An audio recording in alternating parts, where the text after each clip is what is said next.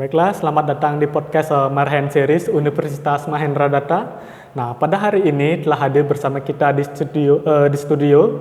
Beliau adalah Dr. Drs. Imade Rentin, AP MSI. Om Swastiastu Pak, bagaimana Om kabarnya hari Swastiastu, ini? Astongkaro, sampai sekarang sehat, kendati pun di tengah kami di BPBD Provinsi Bali sedang disibukkan untuk penanganan kebencanaan di berbagai wilayah. Nah, pada hari ini kami ingin sedikit berbincang-bincang dengan Kepala Pelaksana Badan Penanggulangan Bencana Daerah Provinsi Bali. Nah, baiklah kita masuk saja langsung ke pertanyaan pertama. Nah, bagaimana tanggapan Bapak sendiri mengenai banyaknya terjadi bencana alam di Bali akhir-akhir ini? Ya, kami di BPBD Provinsi Bali bersama seluruh BPBD Kabupaten Kota seluruh Bali. Di Bali itu ada 9 kabupaten kota. Kami di provinsi tersendiri mengkoordinasikan seluruh komponen yang ada di kabupaten kota.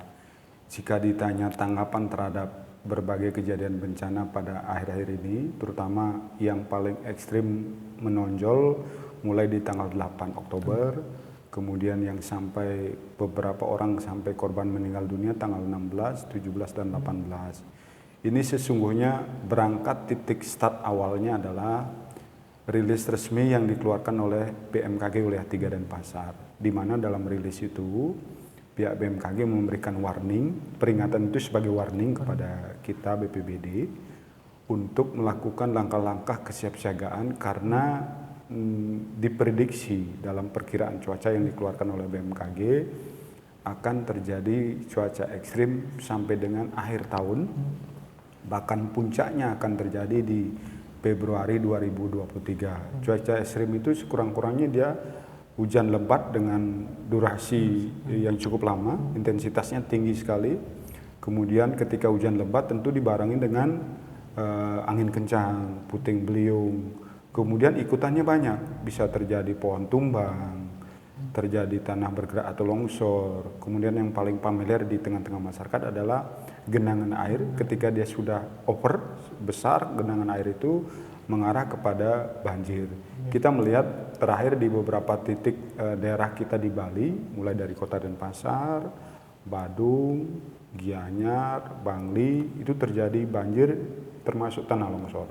Yang paling hebat dahsyat adalah di kejadian di 16-17 banjir bandang di Kabupaten Jembrana yang sampai saya turun langsung di lokasi kejadian karena memang meluluh lantahkan ratusan rumah penduduk yang sampai sekarang kita tidak rekomendasikan untuk ditempati kembali. Tetapi Astongkaro dalam hitungan jam, 11-12 jam kami melakukan upaya sterilisasi, terutama jalur utama lintas menuju Jawa dan sebaliknya dari Jawa menuju Bali, karena itu satu-satunya jalan Gilimanuk Denpasar, Denpasar Gilimanuk untuk lalu lintas krusial.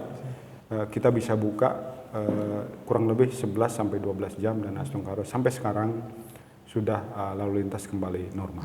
Oh, berarti BMKG itu sudah memperingatkan dari sejak awal ya bakal dari awal Oktober deh sebenarnya BMKG kan secara rutin mengeluarkan rilis resmi. Di samping memang beliau menyajikan berita yang up to date, aktual dan valid di berbagai media sosial yang mereka miliki, apakah itu Twitternya, apakah melalui Instagramnya, Facebooknya, termasuk Info BMKG yang merupakan sebuah aplikasi berbasis Android. Jadi kita adik-adik yang milenial yang sudah sangat familiar dengan kemajuan teknologi smartphone, dunia seolah-olah dalam genggaman, itu bisa mengakses berbagai informasi update yang disampaikan oleh BMKG. Apa tujuannya? Di samping kita tahu, kita bisa mengambil langkah-langkah kesiapsiagaan. Oh, saya orang Mengwi, saya orang Gianyar, saya orang Jembrana, Mendoyo misalkan, karena memang rilis yang dikeluarkan BMKG sangat rigid berbasis kecamatan. Ketika saya bertempat tinggal di Mendoyo, di hari Selasa jam 2 sore akan terjadi hujan lebat, apa yang mesti saya lakukan? Itu sebagai langkah upaya mitigasi kesiapsiagaan. Oh, di daerah saya akan terjadi hujan lebat. Potensi ikutan dari hujan lebat bisa terjadi kayak tadi, ada banjirnya, ada pohon tumbangnya. Oleh karena itu siapkan diri untuk mengatasi dan mengantisipasi, karena esensi dari PB penanggulangan bencana itu kita berupaya menyelamatkan jiwa manusia, itu pertama dan yang utama. Berarti sekarang lah info BMKG itu kalian bisa download di Play Store atau Betul, di ya, betul untuk sekali. mengetahui cuaca yang ekstrim. Nah, Termasuk tidak hanya BMKG, ketika itu info BMKG ada bisa kita download, ikuti berbagai media sosial, bisa juga follow dan ikuti berbagai informasi perkembangan dari media sosialnya BPBD Provinsi Bali, BPBD Kabupaten Kota seluruh Bali, dan di semua disajikan pada kesempatan pertama dan selalu update berkaitan dengan upaya-upaya kesiapsiagaan dan upaya penanggulangan dan penanganan seperti apa yang sudah kami lakukan di BPBD. baiklah Pak, untuk pertanyaan selanjutnya, nah bagaimana BPBD sendiri dalam menanggulangi bila terjadinya suatu peristiwa seperti bencana alam? Nah, kami ingin lebih mengetahui bagaimana tugas BPBD sendiri di lapangan seperti apa. Badan Penanggulangan Bencana Daerah, kalau di daerah BPBD, baik di provinsi maupun di kabupaten kota, kalau di nasional kita sebut dengan BNPB, Badan Nasional Penanggulangan Bencana. Oleh Undang-Undang tentang PB 24/2007, kami diamanatkan 3 fungsi, 3 peran. Pertama, fungsi komando.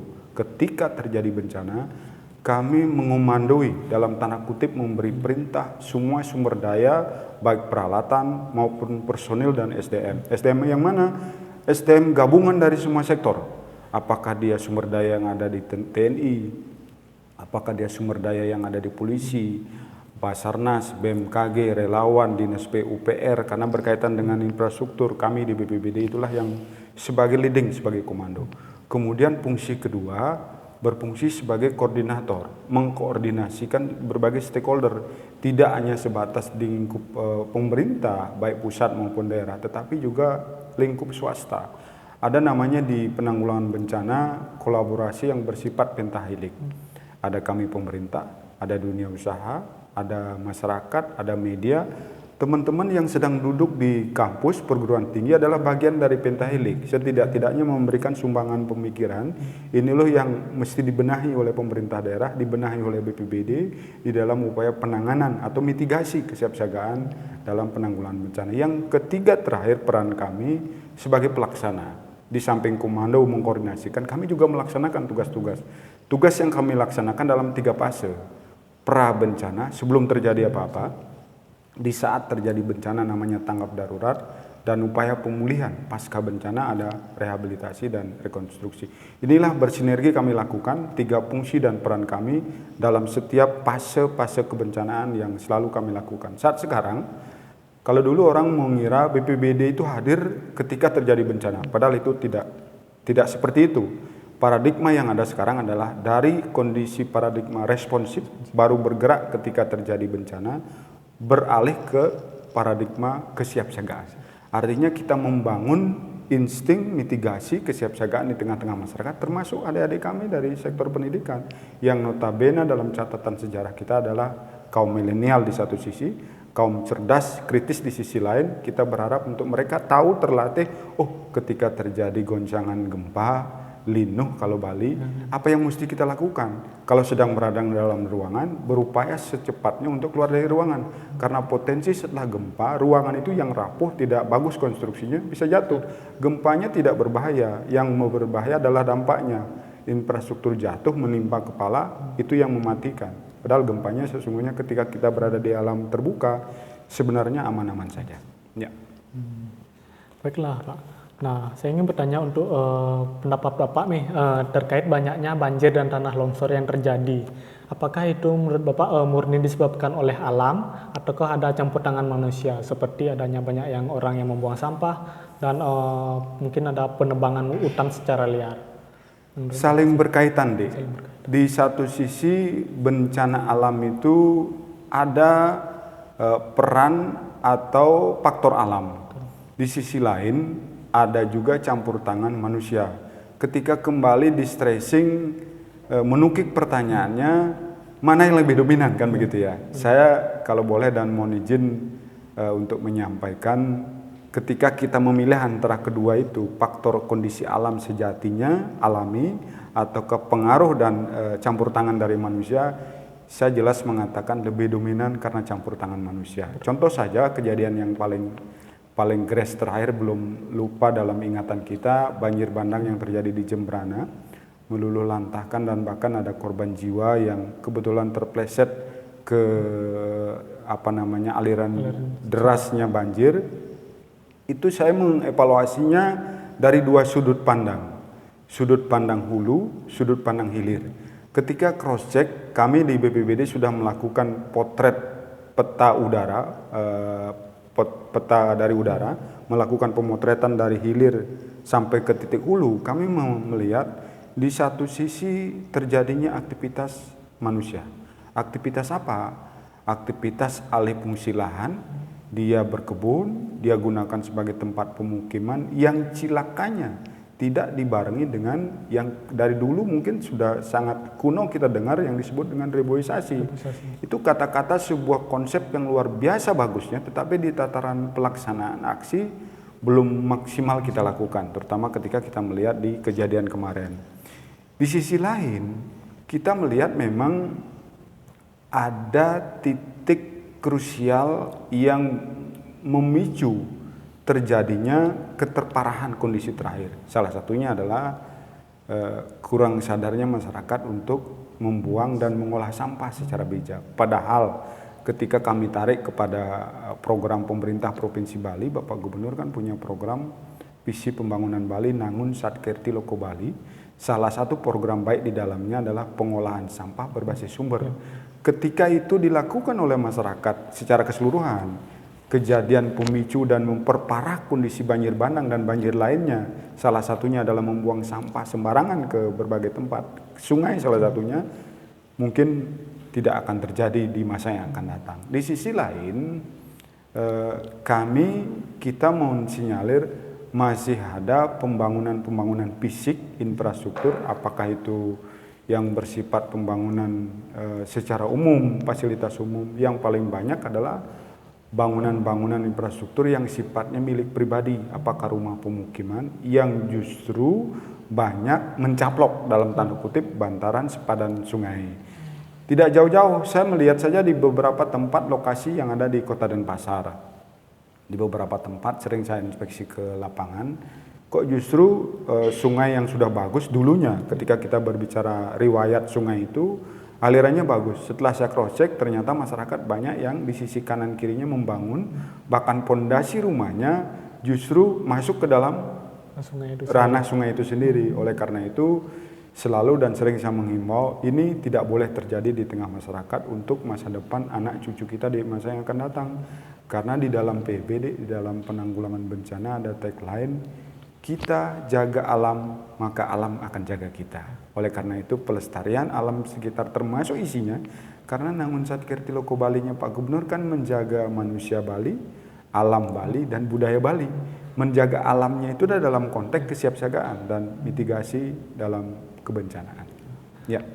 Berarti salah satu penyebabnya adalah banyaknya masih buang sampah sembarangan. Salah satu di antara sekian indikator yang memperparah terjadinya banjir bandang, banjir kemarin itu. Ya. Dan alih fungsi lahan ya Pak ya. Di antaranya juga itu terjadi di beberapa tempat. Ya. Nah, untuk selanjutnya untuk mencegah nih Pak jatuhnya korban jiwa yang lebih banyak, apakah pencegahan yang kiranya dapat dilakukan oleh seseorang yang terdampak atau yang masuk di kawasan yang memang rawan terjadi bencana seperti tanah longsor ataupun banjir? Esensi penanggulangan bencana adalah tangkap, sigap, siaga, dan tangguh. Apa makna dari itu? Kita semua komponen masyarakat, tidak hanya masyarakat umum saja, orang awam saja, tetapi adik-adik yang notabene ada di lembaga pendidikan, yang disinyalir sebagai generasi milenial dan orang-orang cerdas, harus mampu dan bisa memahami potensi ancaman bahaya di sekitar kita. Contoh paling nyata di hadapan kita saja, kita duduk di lantai 4 hari ini, potensi ancaman bencana ada loh. Coba ketika kita bayangkan, tiba-tiba di saat kita ngobrol, ada goncangan linuh gempa. Kita pasti panik pertama, itu alamiah sekali, manusiawi sekali. Sesungguhnya di dalam PB paling pertama don't panic, jangan pernah panik. Berusaha ikuti arahan dari petugas. Di sini harusnya ada chip security yang mengarahkan kita untuk proses pengamanan. Saya tidak meyakini kendati pun gedung ini baru dibangun, ketika gempa kekuatan ekstra megatrust yang disebut, dia tidak akan bisa bertahan secara fisik dalam kondisi kokoh seperti ini. Oleh karena itu paling safety, paling aman, kita berusaha berangsur-angsur tidak panik keluar dari gedung ini. Bukan berarti loncat dari jendela. Pernah itu terjadi di beberapa tempat. Kita berusaha turuni tangga dan tidak memanfaatkan dan menggunakan lift. Itu justru dalam kondisi bencana sangat berbahaya. Gunakan tangga darurat, tangga manual menuju ke areal di luar gedung, itu untuk pengamanan. Yang lain adalah kita membangun mengedukasi di semua komponen masyarakat. Kami punya 2 program mitigasi kesiapsiagaan yang strategis. Pertama di sektor pendidikan, saya berharap adik-adik saya, mahasiswa-mahasiswa ikut di dalam program itu, Satuan Pendidikan Aman Bencana, SPAB. Artinya semua komponen yang ada di sektor pendidikan, mulai dari tingkat terbawah, ada pendidikan usia dini, ada pendidikan dasar SD, ada pendidikan menengah SMP, SMA, ada pendidikan tinggi, termasuk adik-adik saya yang duduk sekarang di semester 1, semester 3, semester lanjut. Harus punya paling tidak insting pengetahuan dasar. Saya hadir sekarang di podcastnya Mahendra Data, salah satu unit kegiatan mahasiswa, sangat bagus sekali mengangkat materi tentang kebencanaan. Saya berharap adik-adik saya dan seluruh sivitas akademika di Universitas Mahendra Data setidak-tidaknya terbuka wawasan. Paling minimal saya tahu tentang apa sih ancaman bencana di sekitar kita. Ketika saya sedang kuliah, potensi goyangan gempa terjadi, potensi konsleting listrik, kebakaran muncul, bisa terjadi. Oleh karena itu kita perlu menyiapkan, ketika terjadi konsleting listrik, kebakaran muncul, saya harus lakukan ini. Ketika goncangan gempa terjadi, berangsur-angsur menurut Kalaksa BPBD keluar dari gedung, jangan stay di dalam gedung karena potensi risiko ada gempa susulan yang justru lebih besar bisa terjadi. Secara teori BMKG mengeluarkan itu. Ketika misal terjadi goncangan gempa 4,1, prediksi gempa susulan bisa lebih kuat dari itu. Oleh karena itu langkah paling bijak segera keluar dari gedung tempat tinggal kita. Yang kedua program unggulan kami disebut dengan Destana, Desa Tangguh Bencana. Di Bali ada 716 desa dinas kelurahan, 1493 desa adat.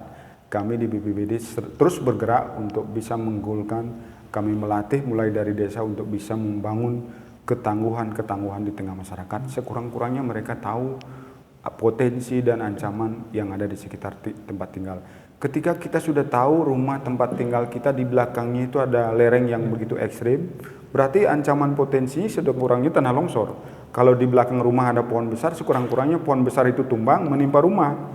Kejadian terakhir di tepi pesisir Danau Batur, gempa menggoncang antara Karangasem dengan Bangli. Teman-teman masyarakat yang bertempat tinggal di pesisir di tebing yang curam, tanahnya longsor. 3 rumah tertimbun. Di dalam rumah itu 10-12 warga, 3 orang meninggal dunia. Ketika kita tahu dan sudah memahami, menyadari ada potensi ancaman tanah longsor di sekitar kita, yang paling bijak adalah jangan bertempat tinggal di situ. Kemana? Ya berpindah dari tempat itu. Kalau toh memang kita harus terpaksa bertempat tinggal di situ, ketika terjadi sesuatu, misalkan hujan lebat, kemudian angin kencang, apalagi gempa kayak kemarin, segera lakukan evakuasi, jangan menunggu petugas. Ini yang sering terjadi di tengah-tengah masyarakat, image-nya. Saya nunggu petugas Satpol PP dulu, saya nunggu petugas BPBD dulu untuk penyelamatan. Tidak. Persentase keselamatan warga ketika terjadi bencana lebih dari 73% karena penyelamatan diri sendiri. Sisanya menunggu bantuan petugas. Kami petugas terbatasnya 2, terbatas personil, terbatas peralatan dan sarpras. Kalau menunggu kami untuk menyelamatkan kejadian bencana, bisa duluan, mudah-mudahan tidak terjadi, bisa duluan meninggal. Lebih baik kita memiliki pengetahuan dasar tentang penyelamatan diri dalam keadaan darurat bencana daripada harus mengharapkan bantuan petugas. Kami tetap hadir setiap kali ada bencana, dimanapun, kapanpun dan jam berapapun. Kami 24 jam selalu memberikan upaya penanganan terhadap kondisi kebencanaan. Baiklah, intinya untuk mencegah jatuhnya korban itu kita harus mulai dari diri kita, Pak ya. Betul.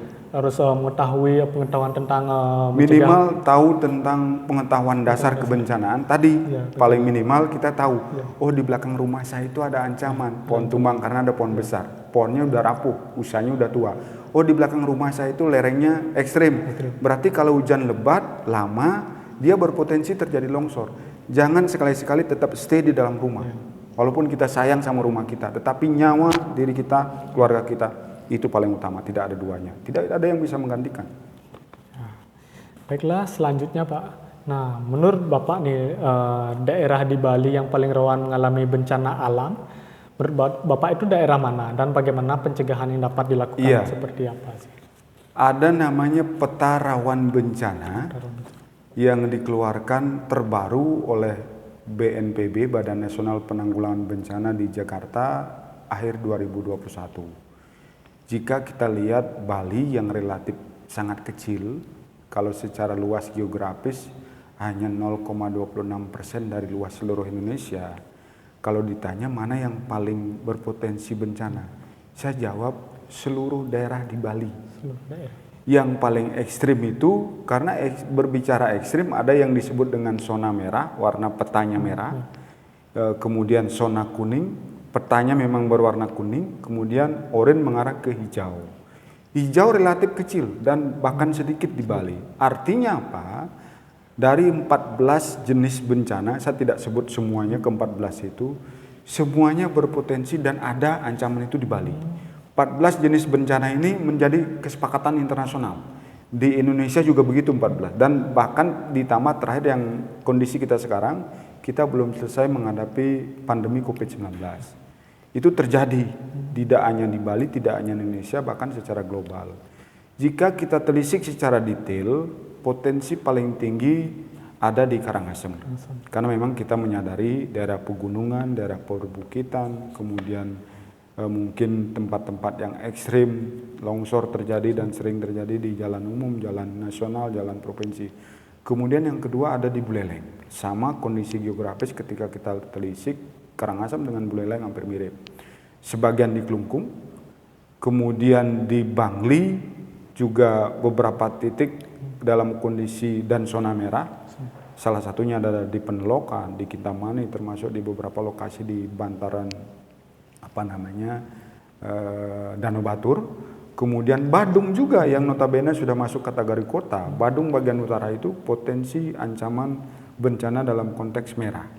Tanah longsor dan ikutan lainnya terutama di daerah utara, Abian Semal dan Petang.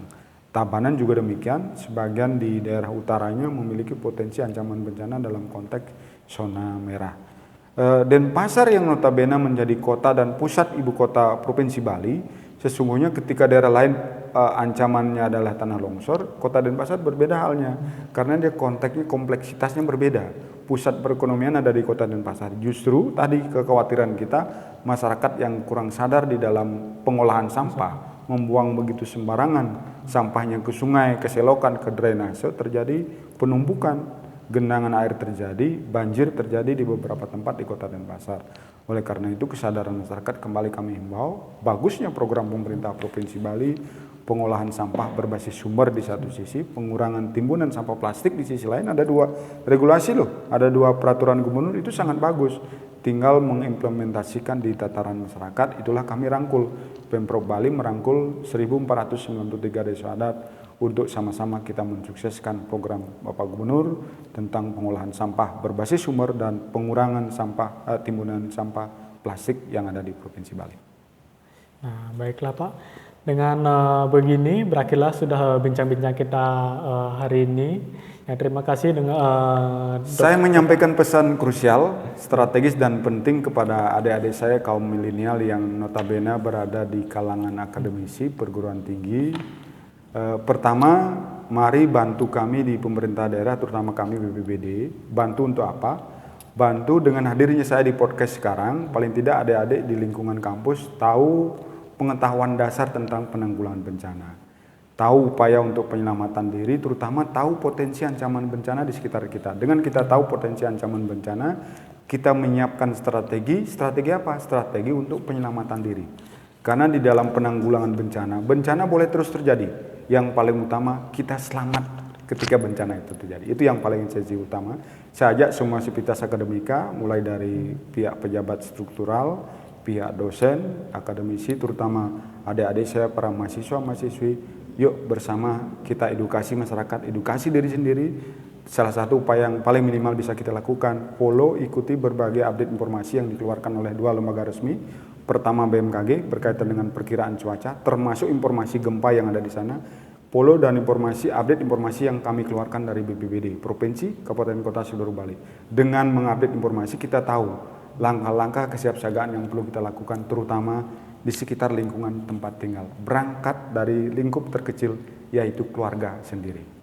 Terima kasih, semoga Bali boleh tetap terjadi bencana, tetapi warga Keramu Bali dan kita semua terhindar dari bahaya dan ancaman bencana itu sendiri. Terima kasih. Terima kasih. Baiklah, dengan begini berakhirlah sudah bincang-bincang kita dengan Bapak Dr. Drs. Imade Rentin APMSI. Terima kasih atas waktunya yang diberikan, Pak. Terima kasih. Dan terima kasih juga untuk penonton yang sudah menonton kami pada hari ini. Jika ada salah kata atau perbuatan, mohon maaf. Baiklah, saya akhiri dengan Prama Santi. Om Santi Santi Om. Om. Baiklah, sampai jumpa di podcast Marhen series selanjutnya.